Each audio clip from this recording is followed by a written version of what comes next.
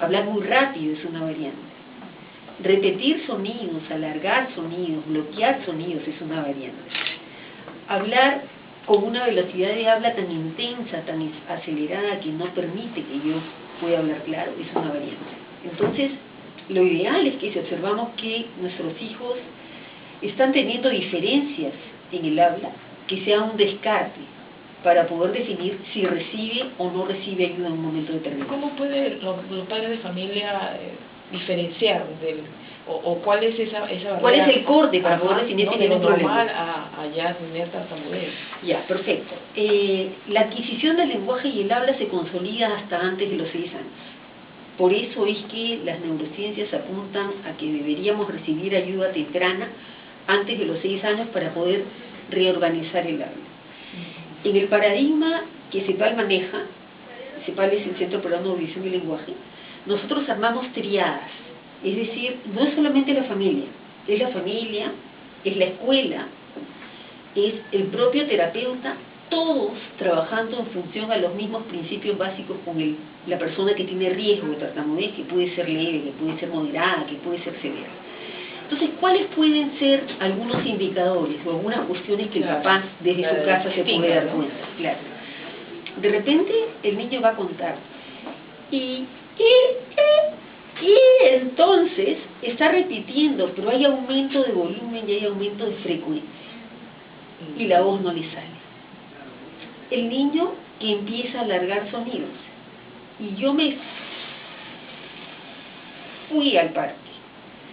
El niño que de repente está conversando con el adulto y dice, ¡ay, ya no puedo! El chico que percibe que anteriormente habló claro, pero que en un tiempo a esta parte hablar ya no se convierte en una experiencia placentera, que es la comunicación para nosotros, que disfrutamos de conversar con la otra persona, sino que el niño dice, esto se volvió pesado para mí, hablar ahora es difícil para mí. Y es bien tierno escuchar al niño pequeño que se comienza a dar cuenta del problema cuando tú le preguntas, dime qué sientes cuando hablas.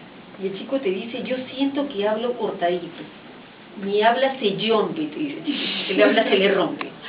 Yo hablo como ese rompecabezas, cortadito. Y tú le dices, ¿por qué? Inclusive en la técnica en fases tempranas es muy coloquial.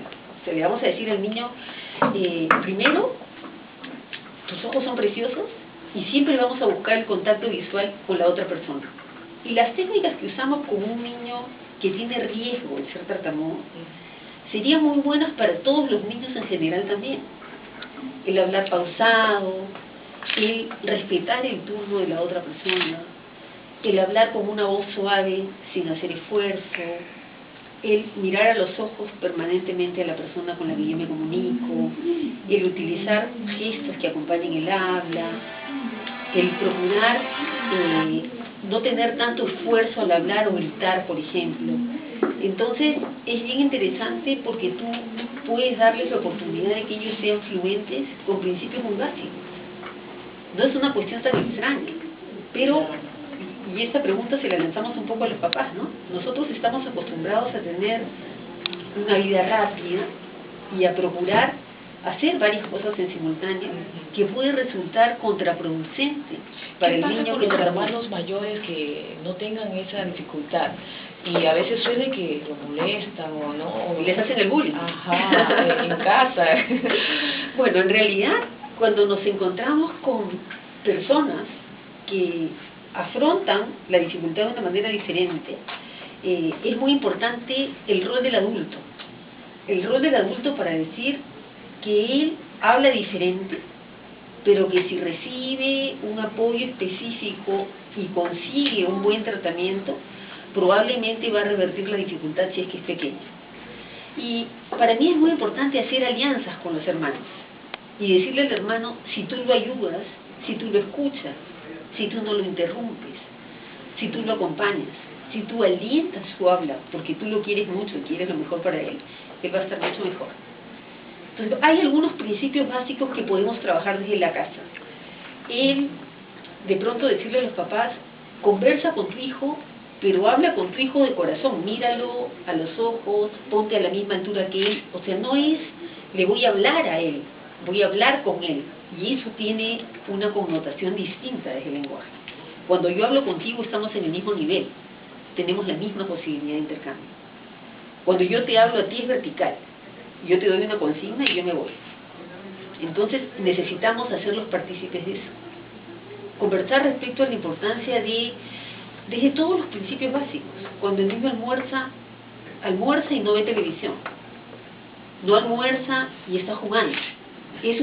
La comida tiene olor, tiene sabor, tiene textura, nos pasa una cantidad de información. Conversamos a la hora del almuerzo, interactuamos respecto a temas que nos atañen a todos. Dar esta posibilidad de... Lo que pasa es que eso como que se ha ido perdiendo, ¿no? Claro. Ahora mismo, sin la televisión, todos nos sentamos en la mesa con el BlackBerry, con el iPad, con todo este touch que para los chiquitos es tan normal, y mientras que te van a servir la comida tú estás haciendo otras cosas porque no puedes perder tiempo. Y tu tiempo es precioso. Y yo le necesito transferir a los chicos esta necesidad, vamos a redescubrir. Y vamos a darnos cuenta, nosotros tenemos dos tipos de mensaje.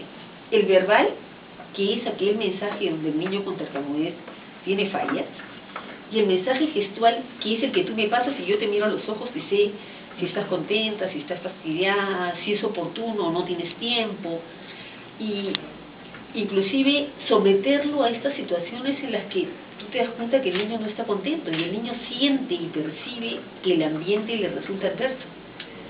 ¿Por qué? Porque con cada persona que se comunica, él comienza a darse cuenta que la gente está calificando su habla.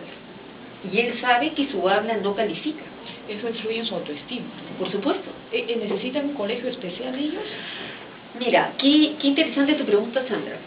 La mayor parte, vamos a decir que más del 90% de los niños que tienen dificultades, no voy a decir que son brillantes, pero el problema no es cognitivo.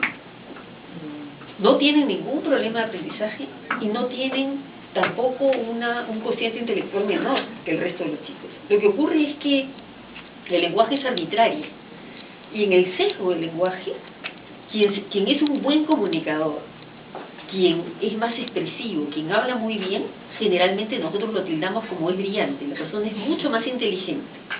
Mientras quienes tienen un déficit o tienen algunas dificultades para comunicarse, solemos decir, no sé, muchas veces tú le preguntas a la profesora del aula y te dice, no sé, ¿habla? Yo nunca lo escucho. Porque no tiene opinión. Y comienza a no tener opinión porque se da cuenta que para el resto de las personas su habla no califica.